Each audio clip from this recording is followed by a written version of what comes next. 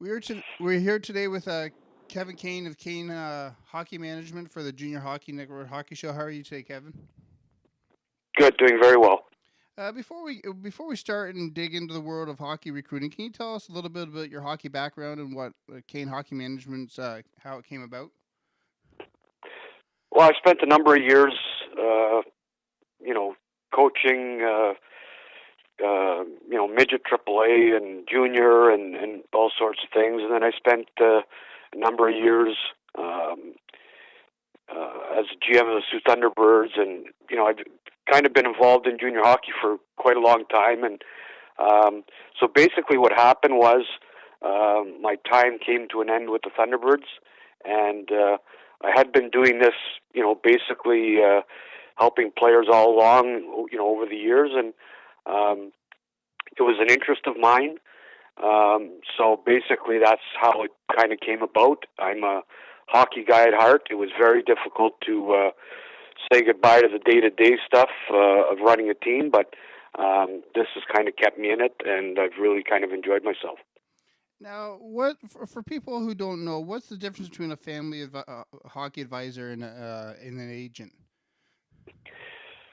Basically, there's two types of clients, um, and that's kind of what defines the advisor or the agent. An agent would be for a client that is solely interested in major junior, or he's already been through major junior or college and looking to play pro.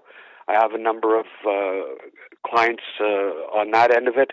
And basically, it involves non-paying.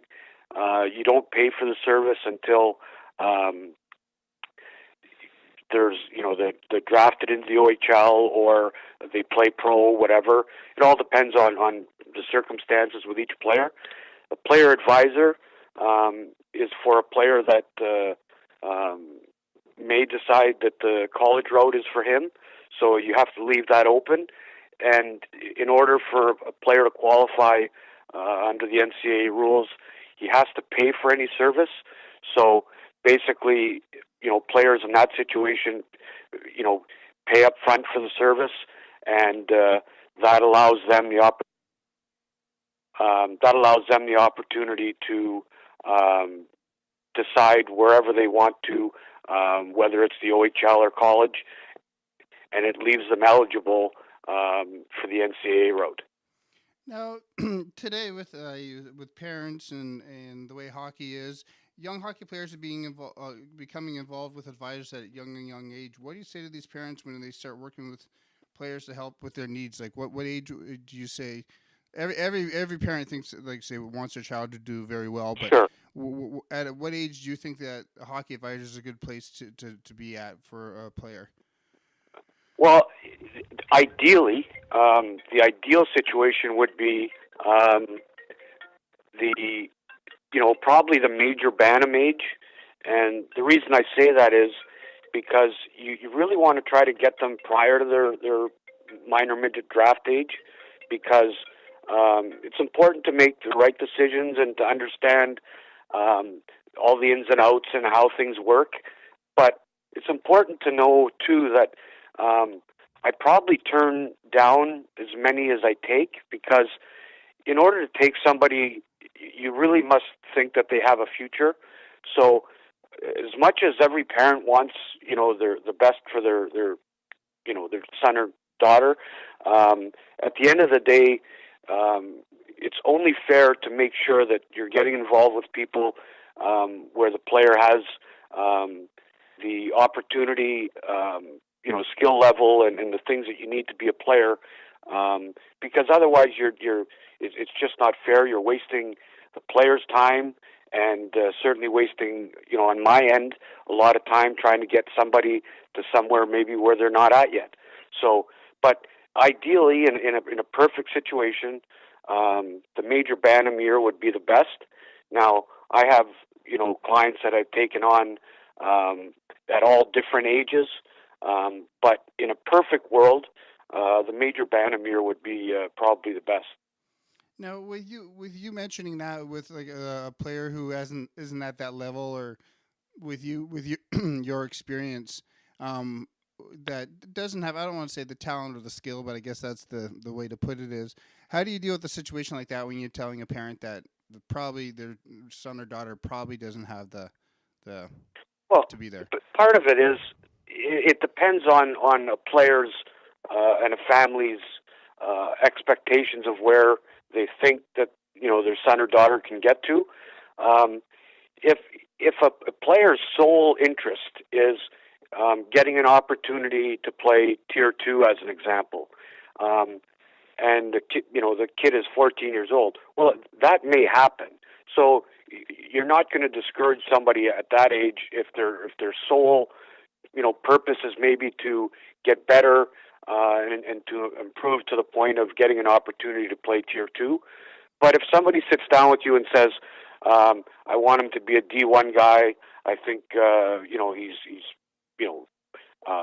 got good grades, so I think he would be a really good D1 guy, then you have to kind of give them the reality of what D1 hockey is all about, and the skill level and the commitment involved to become a player like that. And that's generally where parents will see, what, maybe Johnny isn't going to be that, and then I give them other options. D3 hockey in the U.S. is exceptional.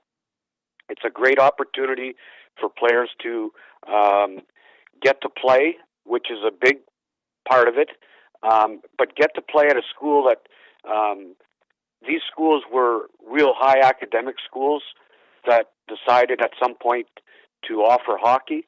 So you're getting a great degree where you're still getting the opportunity to play hockey. And, if that's the situation, then a lot of, players can have that opportunity. They may not be at the skill level of a D1 player, but certainly get a great experience. Now, I use, like you say, you have Tier 1, that, like say, with junior, and then you have college, and then you have major junior, the three that you deal with quite a bit.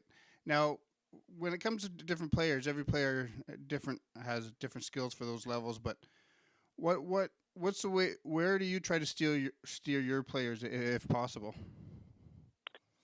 Well, the Ontario Hockey League is still the premier way of getting to pro, and I think when kids are at that age, everybody has the dream of being a professional hockey player at some level, whether it's the NHL or Europe or there's lots of different opportunities. So the Ontario Hockey League is still the quickest way to get there. The other part of it too is a lot to do with school. If not everybody is a rocket scientist. Not everybody is a an A+ student. That plays into it a lot because if somebody struggles in school, but they have exceptional hockey talent, then Ontario Hockey League, I think, is a viable alternative for them. But if you're going to be a top 4 or 5 round player in the Ontario Hockey League, I think it's pretty safe to say that you'll play there if you continue to develop and put the work in. And I would recommend in a circumstance like that to go to the Ontario Hockey League unless a player has real high academic standing. Then he has kind of the best of both. And in that situation, I would probably push somebody to a big school that has an exceptional hockey program. Now, today, and I use, like I say, hockey, like I say, isn't a level playing field anymore, where every league, every school has disadvantages and advantages, and they all have their own challenges. As part of your job as an advisor to help players, decision between college and major junior, like you say, how with that decision, do you, like you say, I know you're there to advise, but how much of your opinion do a lot of the parents and players use to help to gear them or steer them to that decision? Well, I think when they've families decided to to go with an advisor, me or anybody else, they're paying for your experience, they're paying for your opinion, and they're paying for you to look out for the best interest of what they have going forward. And so, for the most part, I really haven't run into any client that didn't use the advice that I tried to give, but I always make it very clear that I'll offer my suggestion on what to do, but certainly at the end of the day, it's up to the family to decide what's best, and they'll make their decision based on the dynamics of the family. There are times when maybe a player isn't quite mature enough to leave home, at a certain age, and maybe the best opportunity might be, as an example, in the CCHL. But everybody knows, maybe, the player's a year away maturity-wise. Well, they may say, yeah, you know what, that is a great opportunity, but, maybe we need to play at home, for another year to gain some maturity. And they know their son or daughter best, and what they really need. So in that circumstance, obviously the family dynamic is the most important thing. Now, with the way technology is today, does having game film help these players when coaches are looking for a player to help fill the roster? I mean, it does, to a point. I think when you're dealing with teams and you have a past experience with them, it's much more of like as an example, if I know a coach through my past experience with the Thunderbirds or on a national level, it's much easier for me to talk to them, to explain what type of player and what they can expect from my end, knowing that I understand what level of player they're dealing with and that they need. So they're looking for me, looking to me to give them an honest assessment. And the part two of that, I guess, is I recommend players to teams based solely on exactly what I feel is their level. So I'm not going to reach out to somebody in the BC League, and recommend a player that I think would be best served in the NOJHL. It just doesn't work. And teams are expecting an honest assessment of a player. And if I oversell on somebody and I kind of, give them a little bit of, fabricate a little bit of what the player's all about, the next time that I have a player of that caliber, they're going to be a little less optimistic about what I, have to say. So the trust issue with coaches and teams is imperative, and that's what's going to get, that open door and that little bit extra, come camp time for a player to get an opportunity to play there. And that goes with the hockey community being so small. It, like say, once to a point, I guess you say you burn a bridge, it's very hard to repair that bridge, right? Absolutely. I mean, being honest with players, families, teams that you're trying to sell a team on is all that you have. I mean, the type of person you are, your background and your integrity are really all that you have. And once you kind of get away from that and it becomes either solely about money or you're telling players, that you can get them here and you can get them there, and it doesn't work because maybe they're not at that level, your integrity kind of takes a hit. So if you want to remain, relevant in this, particular business, you have to do the right thing. And with you being based, I guess you say in the Sault Ste. Marie area in northern Michigan, can you tell us with the NOJHL finals coming, and not that you have a crystal ball, but what's it going to take to hoist the Copeland McNamara Cup, and with either the West Division Rayside Balfour Canadians or the East Division Cochrane Crunch? Even though you've worked with Ryan Leonard in the past with Cochrane, is there a crystal ball? If you had a crystal ball, what's your opinion? Well, I watched a little bit of the West Series, and I watch pretty much every game online to try to keep up with how things are going and different players and teams. And the one important thing this year, I think, that's a little bit different than a lot of other years is we seem to be missing some discipline here over the last little while. So I think, for me, the team I think that can be, the most disciplined this series will have a good opportunity, because I don't believe that the way things have been going, there's been a ton of bad penalties, and if somebody can operate on the power play real well at a decent percentage, I think they have a really good chance to win, because it just seems this year, more than ever, the parity is there. The teams are all relatively close, but some teams just seem to, Sudbury in the last series took a lot of bad penalties. And, if that continues, I think Ryan will have an opportunity to win, because they can score some goals. So I think if Sudbury can tone it down and stick to the game, I think they have a good, great opportunity to win. They have a really, really good goaltender, and that's the front line of any successful team.